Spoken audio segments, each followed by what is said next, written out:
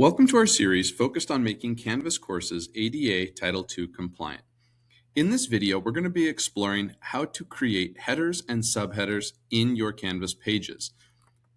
If you look, you can see in my sample page, this is just a lot of text that isn't broken up. Therefore, it is very inaccessible for our students, especially those using screen readers. There are a couple really quick and easy ways we can fix this. We're going to go to Edit, and once we're in the screen where we can edit, we're just going to highlight the text that we want to adjust. So I've highlighted, this is the heading of my entire page. I want to make it the header. So what I'm going to do is come above it, I'm going to click Paragraph, and I'm going to change it to Heading 2.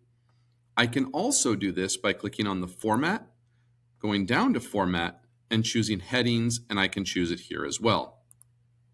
So this sets my heading on my page as Heading 2. But I have subheadings throughout this page that I also want to identify as subheadings. So I'm going to go and click on those. I'm going to highlight them. I'm going to go up here to Paragraph.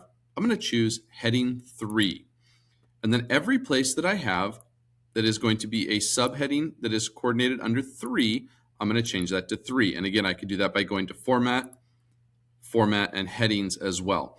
The one advantage to using the Format button here at the top and then going to Formats and Headings is you have all the way down to heading 6. So you can actually create a hierarchy of headings.